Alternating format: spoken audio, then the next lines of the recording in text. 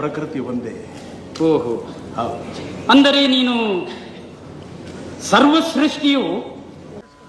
ಇದೇನಪ್ಪ ರಾಜ್ಕುಮಾರ್ ಹರಿಕತೆ ಮಾಡ್ತಾ ಇದ್ದಾನೆ ಅಂತ ತಿಳ್ಕೊಬೇಡಿ. ತಮಗೆ ನಮಸ್ಕಾರ ಅಂದೆ. ಏನ್ ಅಗ್ರಜ? ಅಲ್ಲ, ನಿನ್ನ ದೇವರೇನು ಮೂಕನೆ? ಎಷ್ಟು ಮಾತನಾಡಿಸಿದ್ರೆ ಮಾತನಾಡೋದೇ ಇಲ್ಲ. ಅವನನ್ನು ಮಾತನಾಡಿಸುವ ರೀತಿಯಲ್ಲಿ ಮಾತನಾಡಿಸಿದರೆ ಆಗ ಮಾತನಾಡುವರು. ಮಾತನಾಡಿಸುವ ರೀತಿಯಲ್ಲಿ ಆಗ ಇನ್ಯಾವ ರೀತಿ ಮಾತನಾಡಿಸಬೇಕು ನನಗಂತೂ ತಿಳಿಯುದು. ಅಲ್ಲ, ಹೀಗೆ ಮನಸ್ಸಿಗೆ ಬಂದಂತೆ ಹುಚ್ಚಾಗಿ ಕುಣಿಯುತ್ತಾ ದೀಪಗಳನ್ನು ಹಚ್ಚಿಕೊಂಡು ಆಡಂಬರವಾಗಿ ಘಂಟೆ ಬಾರಿಸಿಬಿಟ್ಟ ಮಾತ್ರಕ್ಕೆ ಮೋಕ್ಷ ಸಿಕ್ಕುವುದೇ? ಬೆಳಗ್ಗೆ ಇದ್ರೆ ಮಂಗಳಾರತಿ, ಮಧ್ಯಾಹ್ನ ಭೋಗಾರತಿ, ಸಾಯಂಕಾಲ ಸಂಧ್ಯಾರತಿ, ರಾತ್ರಿ ಆಯ್ತು ಅಂದ್ರೆ ರಾಗಾರತಿ. ಹೀಗೆ ಆರತಿ ಮಾಡಿ ಮಾಡಿ ಸಾಯುವುದಲ್ಲದೆ ಇದರಿಂದ ಪ್ರಯೋಜನವಂತೂ ಏನೂ ಇಲ್ಲ.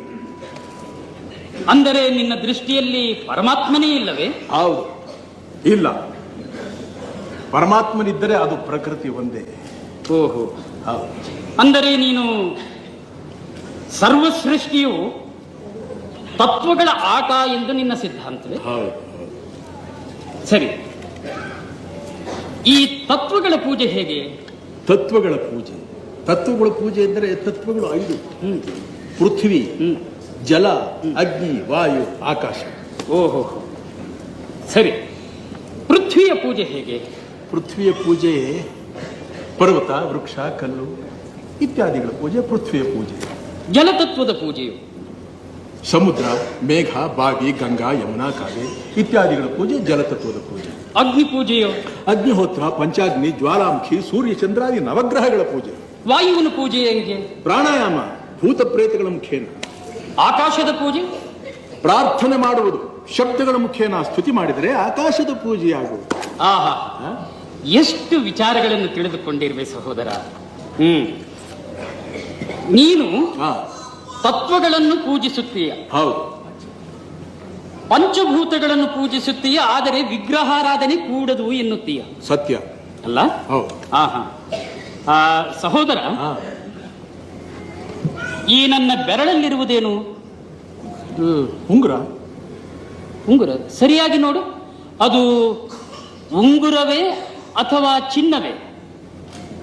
ಚಿನ್ನವೂ ಹೌದು, ಚಿನ್ನವೂ ಹೌದು, ಚಿನ್ನವೂ ಹೌದು, ಉಂಗುರವೂ ಹೌದು, ಉಂಗುರವೂ ಹೌದು. ಹಾಗೆಯೇ ಇದು ಬೊಂಬೆಯೂ ಹೌದು, ಪರಮಾತ್ಮನೂ ಹೌದು. ಆಂಜನೇಯನ ನೋಡ್ಬಿಟ್ಟು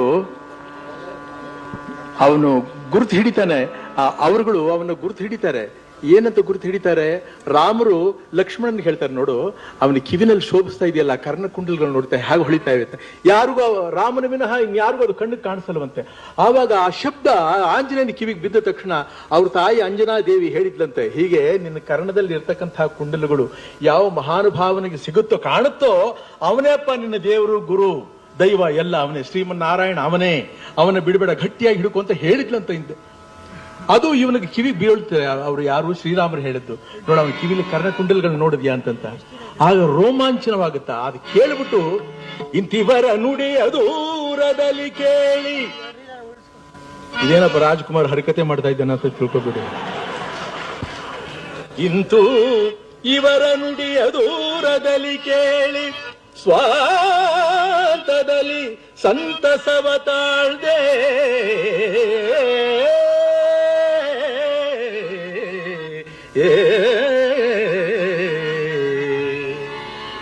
ಎನ್ನಮ್ಮ ಎನ್ನಮ್ಮ ಮುನ್ನೊಂದು ನುಡಿಯೇ, ಎನ್ನಮ್ಮ ಮುನ್ನೊಂದು ನುಡಿಯೇ, ಅದು ಇಂದು ಸಮ್ಮತದಿ ನಿಜವಾಯಿತು ತಿಳಿಯೇ.